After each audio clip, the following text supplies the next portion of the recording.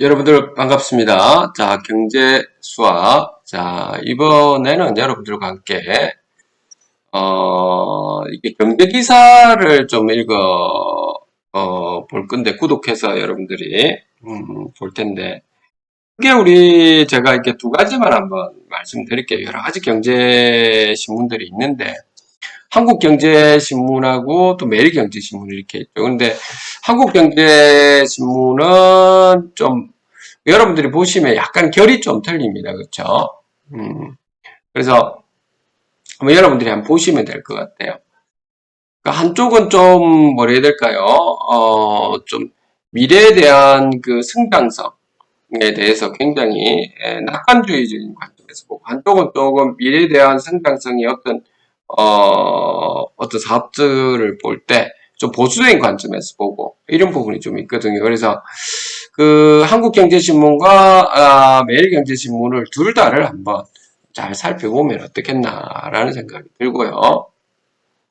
뭐 물론 요즘 같은 경우에는 뭐 신문을 잘 보진 않죠. 그래서 뭐 저의 경우도 보면은 뭐 인터넷을 좀 보기도 하지만 인터넷에는 좀 제대로 이렇게 잘 나와 있지는 않아 가지고 지금 그 집 주변에 저는 가까이에 그 도서관이 있기 때문에 공공 도서관이 그 주말에 한 번씩 예, 이 신문 있지 않습니까? 그렇죠? 그래서 그 도서관에 가면 신문에 자판대처럼 이렇게 딱 돼 있으니까 그래서 매일경제하고 한국경제신문을 별도로 이렇게 제가 일주일 분량을 좀 보는데 여러분들도 한번 그렇게 해보면 어떻겠나라는 생각이 좀 드네요. 자, 그러면 우리가 경제신문을 읽을 때 좀 주의해야 될 사항이 뭔가라고 하는 건데 그 경제 기사를 읽다 보면 여러분들이 참 대부분이 그럴 겁니다. 이게 대부분 한번 읽어보면 부정적인 기사가 더 많습니다. 어. 그 왜 그렇느냐라고 하면 여러분들이 그 노이즈 마케팅이 좀 더 끌리거든요. 원래 이게 사람들도 보면 꼭 안 좋은 걸 이야기하고 막 이렇게 뭐 회사도 어떤 안 좋은 거에 눈이 번쩍되는데 좋은 거 이야기하면 그렇네. 참 대단하시네. 장하시네. 이러고 그냥 넘어가는 잖아요. 그렇죠? 그래서 노이즈 마케팅에 더 끌려서 아마 그런 것 같아요. 제가 볼 때. 이게 경제 기사가 대부분 부정적인 기사가 좀 많다는 겁니다. 그 다음에 경제 기사가 있죠. 중립적이지가 않다는 겁니다. 아까 제가 말했던 거죠. 그런 의미죠. 매일경제하고 한국경제 이 두 신문도 약간 틀리죠. 그러니까 그 어떤 신문사마다의 논조가 또 있고 또 정권에 따라서 또 기사의 또 논조가 또 바뀌기도 하고 뭐 그런 거죠. 그리고 이제 호재라고 했는데 경제기사에서 악재가 될 수도 있고 악재라고 했는데 호재가 될 수도 있기 때문에 이런 부분에서 우리가 좀 바라볼 때 양면성까지도 한번 살펴보는 게 좋겠죠. 그 경제 기사를 읽는 습관을 기르기 위해서는 제일 처음에는 경제 기사의 지금 제목만 좀 읽고 그 다음에 좀 기사 한 개 정도 한번 정독을 해보는 게 좋겠다라고 하는. 정독을 할 때 사실하고 의견을 정확하게 구별해야 되죠. 이 부분이 좀 중요하다고 저는 봅니다. 그래서 여러분들도 한번 이게 사실인지 의견인지를 한번 잘 판단해 볼 필요가 있고 그 다음에 이게 기사의 구조를 갖다가 봐가면서 한번 읽어보는 것도 좋을 것 같아요. 그러니까 이게 우리가 구조라고 한다는 부분이 보통 이렇게 읽어볼 때 그 어떤 제목이 있을 거고 그 제목에서 이제 핵심적으로 이야기하고자 하는 것이 무엇인지가 핵심 요지가 있을 거거든요. 그 핵심 요지를 찾아보고 이제 그런 어떤 어, 그런 부분이 좀 중요하다라고 하는 겁니다. 그리고 그 기사 한 개를 한번은 여러분들이 요약해가지고 한번 살펴보는 것도 좋을 것 같아요. 그래서 제목, 날짜, 기사 원문, 요약, 그 용어, 내 생각은 또 어떻는지 이런 부분인데 보통 뭐 학생들 같은 경우는 좀 이런 건 해보는 게 좋고 일반인 분들은 뭐 이렇게 굳이 할 필요는 없을 것 같은데 읽으면서 이제 이게 사실과 의견을 구별하면서 내 생각은 어떠는가도 한번 잘 살펴보면 되겠죠. 본인이 그냥 읽으면서 마지막에 이제 판단을 할 때.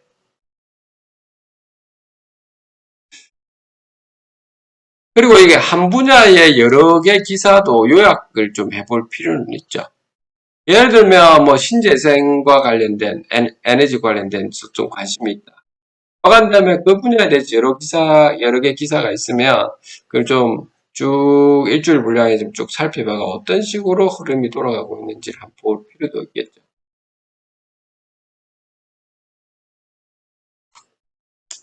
여기까지 하고 이제 그 경제 기사를 읽다 보면 잘 등장하는 용어들이 있는데 첫 번째로는 회색 코뿔소 이런 이야기를 좀 많이 합니다. 회색 코뿔소. 요거는 여러분들 일어날 가능성이 높고 일어날 경우에는 파급력은 크지만 관가하는 위험을 우리가 회색 코뿔소라는 말을 하거든요. 그냥 무심코 넘어갔는데 나중에 아주 크게 호재가 발생한다든지 아니면 크게 위험이 발생하는 이런 것을 회색 코뿔소라고 하고 블랙스완이라는 말도 이제 자주 여러분들이 경제기사 읽다 보면 등장합니다. 이거는 좀 아까 회색 코뿔소하고 좀 다른 점이 이게 도저히 일어나지 않을 것 같은 일이 일어나서 엄청난 충격과 파급 효과를 동반하는 이러한 사건이죠. 이번에 여러분들이 보다시피 그 이스라엘하고 하마스하고 전쟁이 이렇게 일어날 줄 누구도 알았겠습니까? 그렇죠. 이게 뭐, 나는 좀 일어나지 않겠지라고 하는 건데, 이게 갑작스럽게 또 일어났죠. 물론 뭐 역사적으로 보면 뭐 과거에 4차 중동, 전쟁까지 뭐 이야기를 막 하는 경우도 있는데, 근데 이제, 진짜 그런 게 좀 드물잖아요. 그렇죠. 예전에 그렇죠. 좀, 지금 현재는 지금은 2023년인데, 그렇죠. 그 이런 것들이 이제 블랙스완이죠. 그래서 이게 회색 코뿔소하고 블랙스완 차이점은 회색 코뿔소는 충분히 예상할 수 있는 일이라는 점에서 블랙스완과 좀 차이가 있으니까 뭐 이런 경제에서 읽다 보면 회색 코뿔소, 블랙스완 이야기를 가끔 이렇게 뭐 등장합니다. 그다음 골디락스 경제라는 말도 참 많이 하거든요. 이 용어들을 많이 씁니다. 이제 이 부분은 경제 성장률은 높지만은 물가의 압력이 적은 최적의 건실한 이게 경제 상태를 이야기하는 겁니다.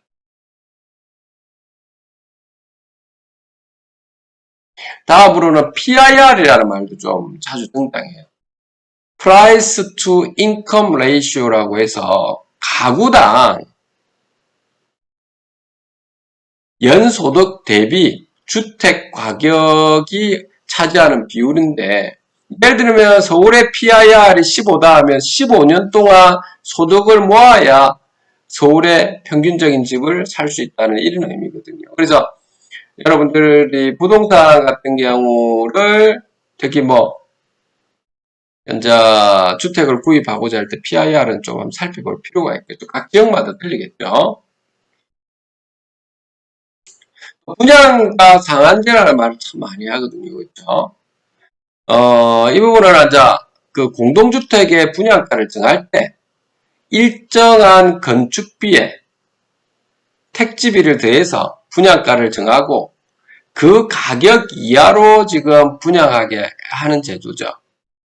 그러니까 주택가격 안정을 목적으로 지금 고안된 제도인데 이게 지금처럼 이게 실제 분양이 잘 안 되고 하는 경우가 있다면 이건 조금씩 어, 그 오류를 시킨다든지 이렇게 하는 경우도 있겠죠. 그 다음 LTV라는 말을 좀 많이 하죠. Loan to Value Ratio라고 해서 주택을 담보로 해서 돈을 빌릴 때 인정되는 자산 가치 비율이죠. LTV. 근데 LTV만 가지고 안 되니까 요즘 DTI도 사용하고 있거든. 데비트 투 인컴이라서 주택 담보 대출의 연간 원리금 상환액하고 기타 대출의 연간 이자 상환액의 합을 연소득으로 나눈 값이죠. 그러니까 연소득이 많으면 뭐 그건 좀 많이 대출할 수 있는데 그걸 따내면 조금 힘들겠죠. 예를 들어서 DTI가 40%다라고 하면 연봉이 5천만 원인 사람은 담보대출 원리금하고 기타 대출 이자 상환액의 합이 4, 5 있으니까 2천만 원을 넘길 수는 없는 거죠. 상환 능력이 없는 사람이 과도하게 대출을 받지 못하게 하기 위해서 도입된 거죠.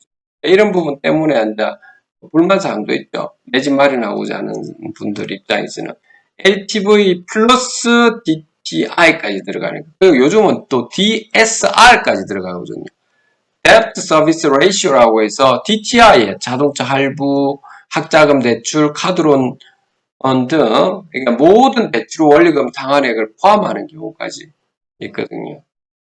그래서 요 세 가지가 다 합해지면 상당히 대출하기도 좀 힘들다라고 하는 거고 LTV만 있으면 그나마 괜찮다는 거고 LTV, DTI까지 보통 또 들어가는 경우도 있고 이렇죠.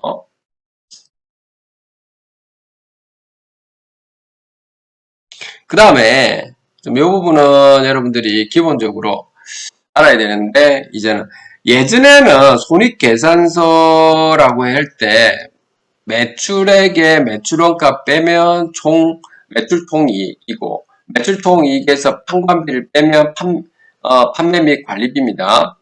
그 영업손익이 되고 그 다음에 여기에다가 영업외 수익 비용을 빼면 이제 그 법인세 타감 전 이익이 되고 그 다음 법인세를 빼고 나면 당기순이익 이렇게 우리가 나왔거든요. 이렇게 보통은.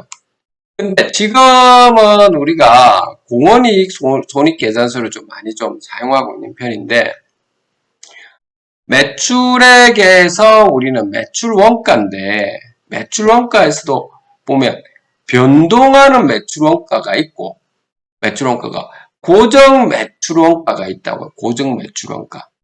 그러니까 이걸 두 개를 딱 분리시킨다는 겁니다.